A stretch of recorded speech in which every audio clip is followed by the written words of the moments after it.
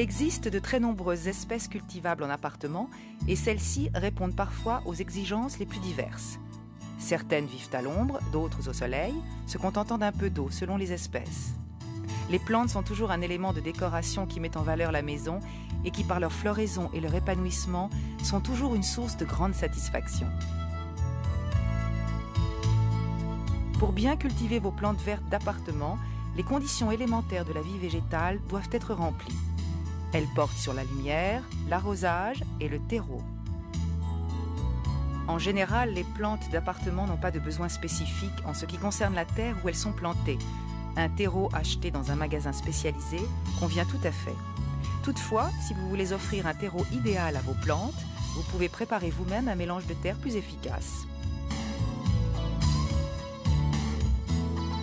De plus en plus, les fabricants proposent des terreaux spécifiques aux plantes auxquelles ils sont destinés. Leur composition est en effet adaptée à leurs exigences. Toutefois, un bon terreau universel ou un terreau spécial plante d'intérieur fera tout aussi bien l'affaire. Attention, le terreau ne nourrit pas les plantes. C'est un support de culture. Vous devez donc le compléter par un bon apport en grès. La tourbe est issue de la décomposition de végétaux. Très poreuse, elle assure un bon drainage de l'eau et stimule le développement de l'appareil radiculaire. Le sable de rivière est un autre composant essentiel. Il contribue à l'évacuation rapide de l'excès d'eau. Cette propriété du sable de rivière, à ne pas retenir l'humidité, aide aussi à combattre les phénomènes d'asphyxie des racines. Avant la terre, déposez des morceaux de terre cuite ou des graviers dans le fond du pot. Ils permettent l'écoulement de l'eau d'arrosage. Vous pouvez alors mélanger les différentes terres en prenant 2 volumes de terreau universel, un volume de tourbe et un volume de sable de rivière. À ce mélange, ajoutez un engrais ternaire à libération lente à base d'azote, de phosphore et de potassium. C'est un engrais qui libère lentement ses propriétés et garantit ainsi l'apport des éléments essentiels à vos plantes et pour longtemps.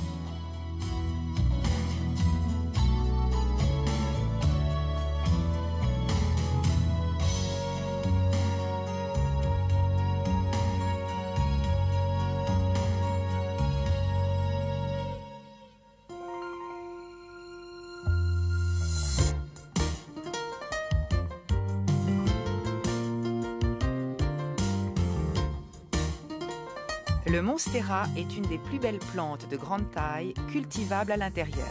Il faut beaucoup d'espace pour que ses grandes feuilles puissent s'étendre.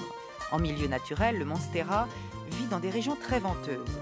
C'est pour répondre à cette particularité atmosphérique que la plante a développé de profondes encoches dans ses feuilles. Grâce à elle, le vent ne parvient pas à lui nuire.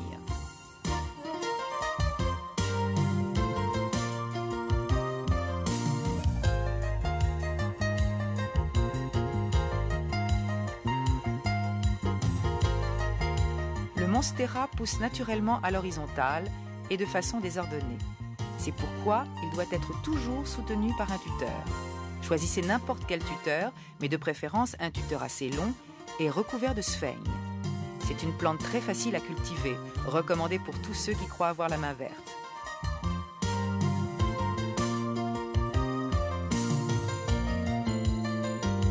Le monstera offre de nombreuses satisfactions, car bien qu'il pousse assez lentement, il peut atteindre jusqu'à 2 mètres de hauteur.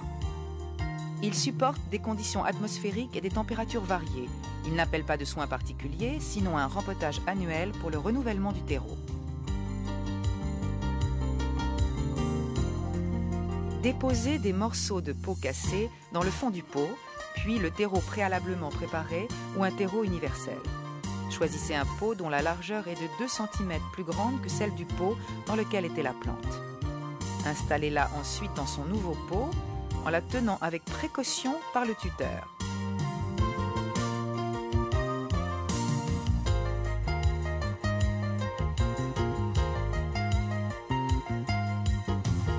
Remplissez alors les espaces vacants avec le terreau que vous tassez bien pour qu'il adhère aux racines. Au cours de ce rempotage, faites bien attention à ne pas abîmer les racines aériennes. En effet, ces appendices sont nécessaires à la santé et à la croissance de votre plante et ne doivent en aucun cas être supprimés ou endommagés.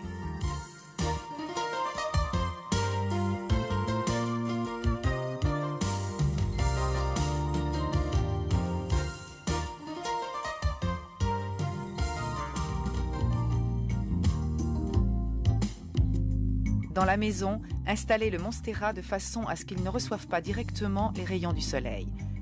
Choisissez un emplacement mi-ombragé ou ombragé. Les arrosages ne doivent pas être trop fréquents. Avant d'arroser, vérifiez que le terreau est sec.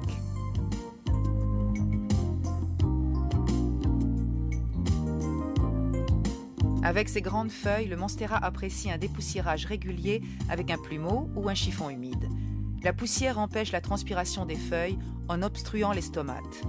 Vous pouvez aussi utiliser un lustrant pour feuilles qui donne encore plus d'éclat au monstera, mais pas plus d'une fois par mois.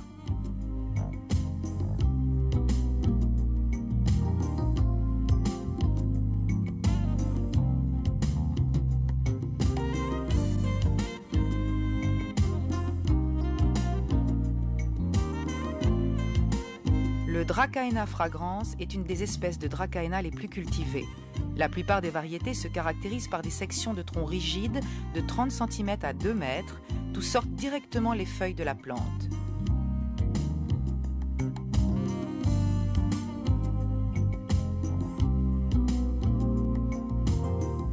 Le Dracaena fragrans est une variété dont toutes les feuilles sont vertes. Les plantes adultes peuvent donner naissance à une fleur parfumée et attrayante en forme d'épi avec des boutons de couleur crème. Cependant, c'est une plante qui fleurit difficilement en intérieur.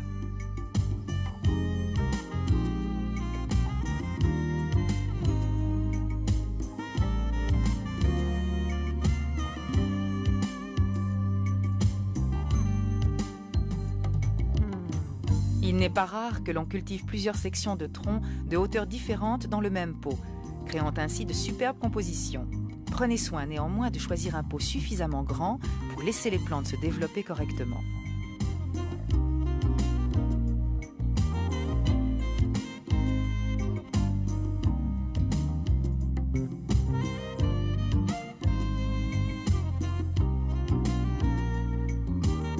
Dans la maison, le Dracaena préfère un emplacement très lumineux, sans toutefois être exposé directement aux rayons du soleil qui pourraient provoquer des brûlures sur ses feuilles.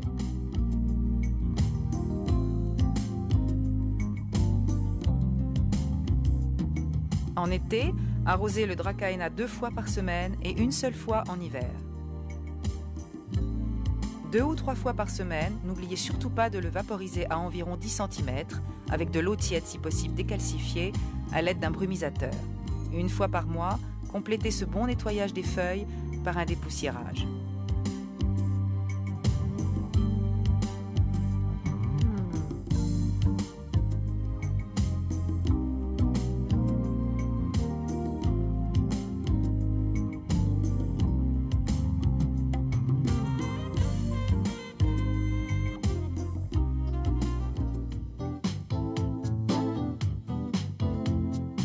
Les Dracaena comptent de nombreuses espèces dont certaines font partie des plantes d'appartement les plus connues.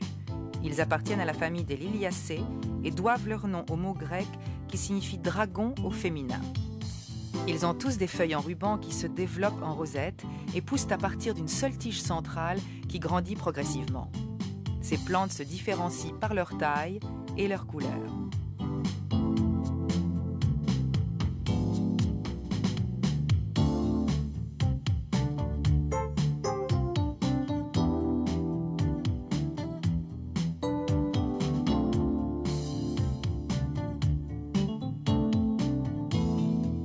En intérieur, la taille du Dracaena fragrans panaché varie entre 60 et 90 cm. Comparé au Dracaena fragrans, le panaché préfère plus de lumière, même indirect, et ses besoins en eau restent les mêmes. Les Dracaena ont besoin d'un bon apport d'humidité à cause de leurs grandes feuilles. Nous avons vu qu'une vaporisation fait beaucoup de bien au Dracaena. Pendant les mois d'été, humidifiez les feuilles en mettant du gravier dans la soucoupe, sans toutefois dépasser le niveau des cailloux pour ne pas toucher le pot. La chaleur provoque l'évaporation de l'eau qui humidifie les feuilles.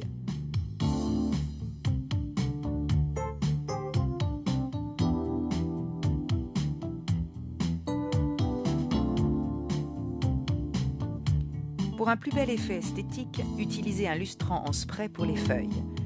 Choisissez de préférence un lustrant écologique qui protège la couche d'ozone. Utilisez ce produit avec précaution en le vaporisant à environ 20 cm sans forcer sur la quantité car il peut obstruer les stomates des feuilles. Limitez son utilisation à 1 fois par mois.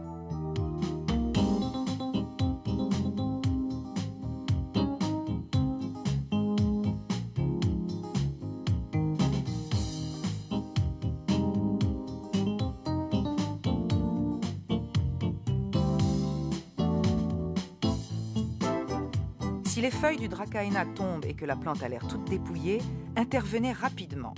Coupez la tige d'où partent les feuilles à la racine. La taille est nette et en biseau. Ne vous inquiétez pas pour la santé de votre plante, car de nouvelles pousses repartiront de là où vous aurez coupé.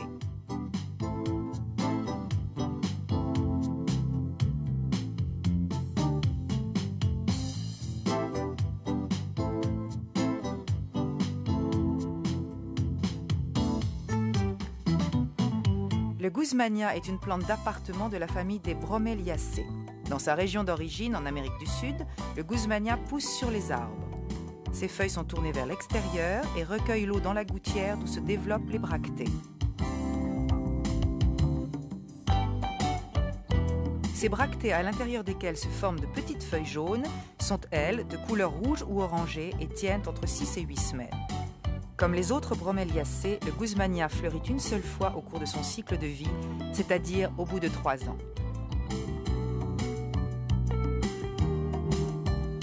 Les bractées sont en fait des feuilles qui ont la particularité d'être colorées en orange. Après sa merveilleuse floraison, le Guzmania produit à sa base des pousses qui donnent naissance à une nouvelle plante.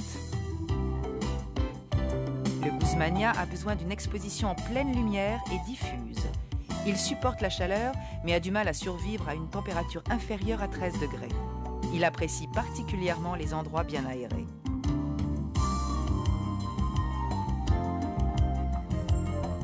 En été, le Guzmania est vaporisé tous les jours, mais prenez soin de ne pas mouiller les bractées. Toujours en été, il est arrosé 1 ou 2 fois par semaine. Attachez-vous à ce que la terre soit toujours humide.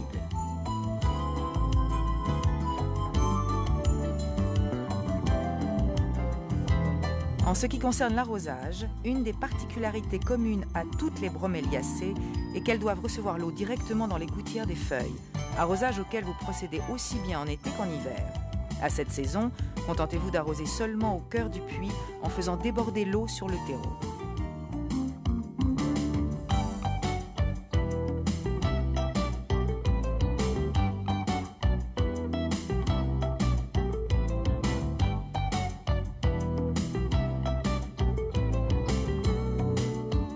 Le Bilbergia fait également partie des Bromeliaceae. Ses feuilles vert foncé sont plutôt lisses, longues et recourbées. Les bractées au bout desquelles retombe une grappe de fleurs sont de couleur rose. Le Bilbergia vit rarement au-delà de 3 ans. C'est une plante très rustique qui supporte très bien les températures basses, notamment dans les maisons où l'on arrête souvent le chauffage. C'est une plante qui supporte mal la lumière directe. Il est donc préférable de l'exposer à une bonne source de lumière indirecte. En été, elle accepte des températures entre 18 et 38 degrés et résiste l'hiver jusqu'à 6-7 degrés, du moment que le terreau n'est pas trop humide.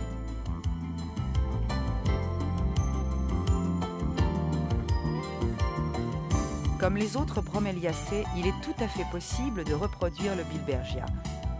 En effet, quand ses fleurs sont fanées, cette plante produit des rejets qui donnent vie à une nouvelle plante. Quand le rejet atteint 12 cm, sortez le Bilbergia de son pot. Séparez alors la plante mère du rejet très délicatement en prenant soin de ne pas endommager l'appareil racinaire. Coupez le rejet à l'aide d'un couteau bien affûté, puis rempotez-le dans un pot de terre de tourbe. Une fois la plante mise en pot, tassez la terre et arrosez. Cette nouvelle plante fleurira avant 2 ans.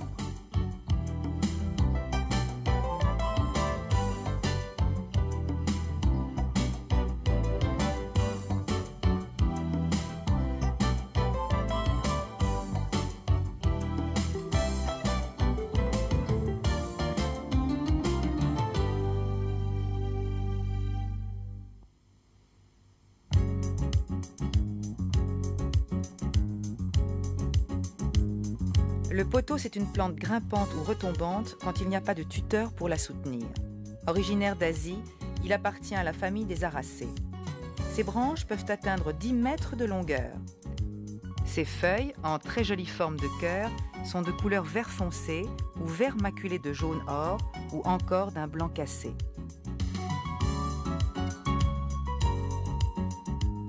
Le pothos pousse aussi bien dans un lieu mi-ombragé ou ombragé.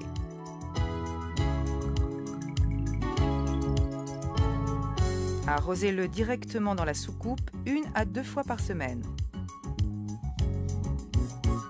Les feuilles se forment à la pointe de la branche.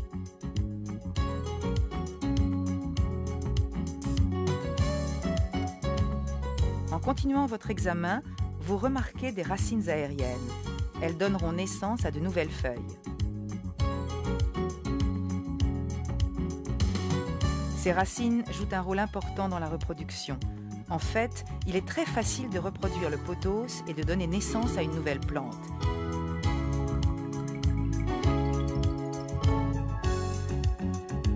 Il suffit de tailler une branche à hauteur d'un nœud foliaire où se forment les racines.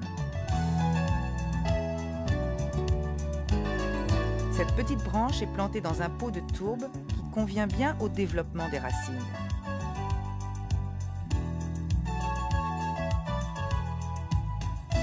Enlevez dessus presque toutes les feuilles, sauf celles du haut.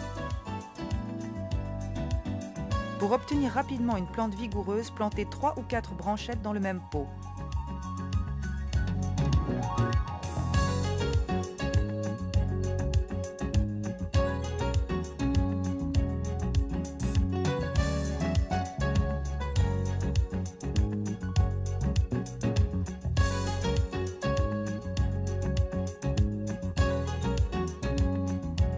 Arrosez ensuite le tout et laissez à l'ombre pendant 2 jours.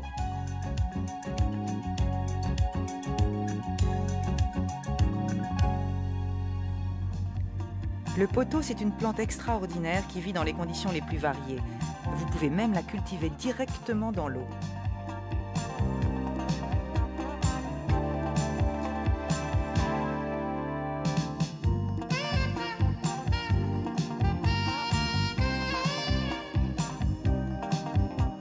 Il suffit de prendre une bouture comme on vient de le voir, en prenant soin de couper au niveau d'un nœud.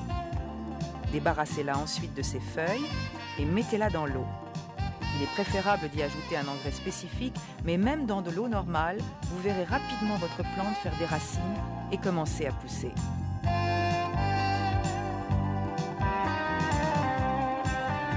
Changez l'eau au moins une fois tous les 2 mois en prenant soin de la remplacer par de l'eau tiède.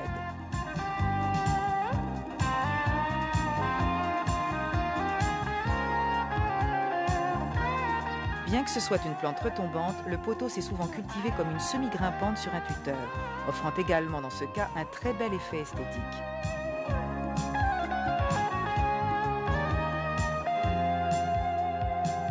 Saisissez la plante en séparant bien les branches et choisissez un tuteur. Les tuteurs recouverts de sphènes que vous trouvez chez les pépiniéristes sont les mieux adaptés. Prenez alors la branche que vous entourez autour de son support en prenant soin de ne pas trop tirer. Attachez-la ensuite avec du raffia. En poussant, les racines aériennes du pothos s'accrocheront à la sphène, ce qui maintiendra la plante sur le tuteur. Le pothos devient ainsi un parfait élément décoratif dans votre maison.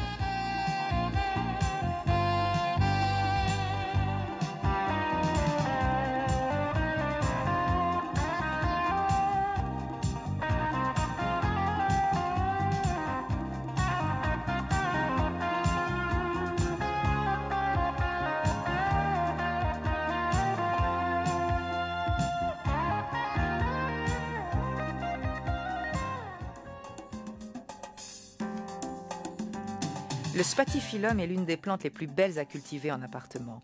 Elle tient sa beauté à la fois de l'élégance inégalable de ses feuilles et de la splendeur de ses fleurs blanches.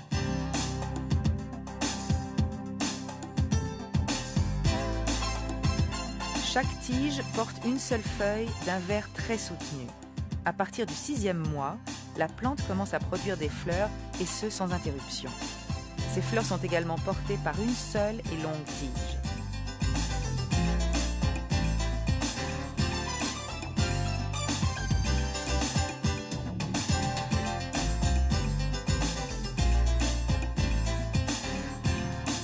La partie extérieure, appelée spathe, est de couleur blanche, tandis que la partie centrale est de couleur crème. Avec le temps, la fleur change de couleur et devient vert pâle avant de faner définitivement.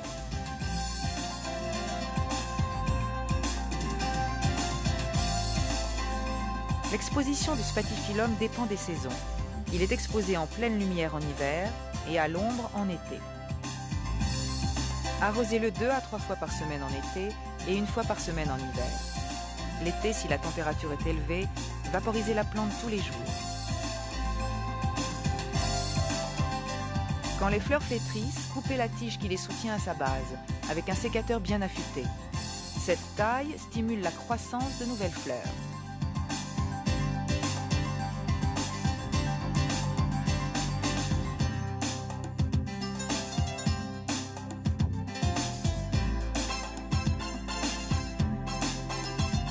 Si la plante est trop développée et que le pot qui la contient s'avère trop petit, dédoublez-la. Faites cela au printemps. Les tiges et les racines sont séparées délicatement en 2 parties et les 2 plantes rempotées séparément. Au moment du rempotage, faites appel à un type de culture différent de la culture habituelle, particulièrement adaptée au Spathiphyllum. Il s'agit de l'hydroculture.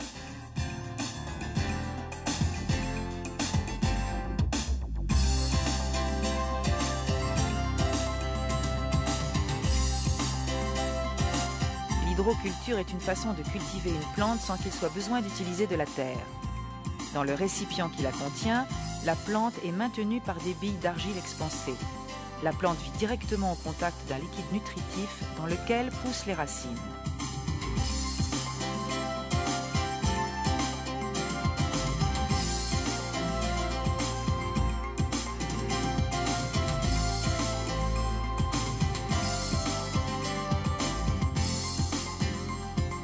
Les bacs pour l'hydroculture sont munis d'un système qui indique le niveau maximum et le niveau minimum de l'eau, signalant le moment où l'on doit arroser à nouveau.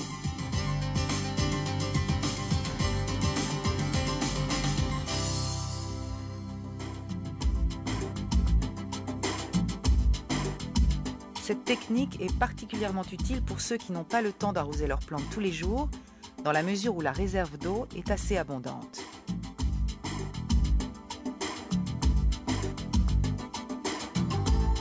Ces bacs pour hydroculture que l'on trouve facilement dans les jardineries garantissent un milieu de culture optimal à la plante.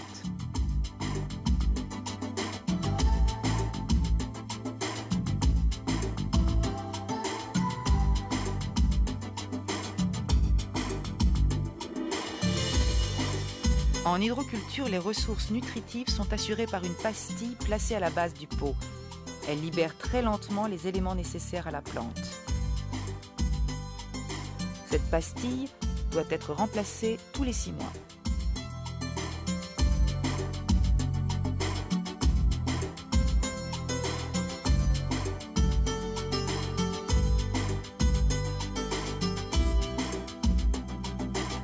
Pour décorer votre maison, élaborez des compositions en associant des plantes différentes, mais demandant le même entretien. Parmi les plantes vertes, voici 3 plantes très faciles à cultiver. Un Calathea, plante originaire d'Amérique du Sud, un Bousmania et un lierre. Choisissez pour ces plantes une jardinière suffisamment profonde pour assurer un bon développement des racines.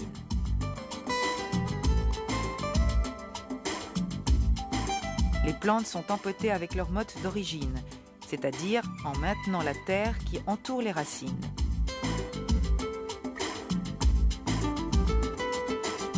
Cette composition n'est qu'un exemple parmi d'autres. Chez vous, donnez libre cours à votre imagination pour des compositions exceptionnelles. Il suffit de choisir des plantes qui demandent la même exposition ou qui ont les mêmes besoins en eau.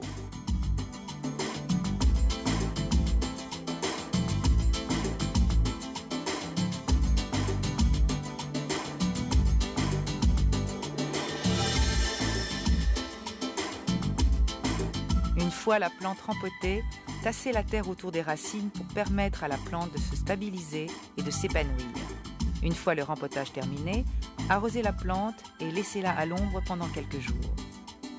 Le début du printemps est la meilleure période pour créer une composition.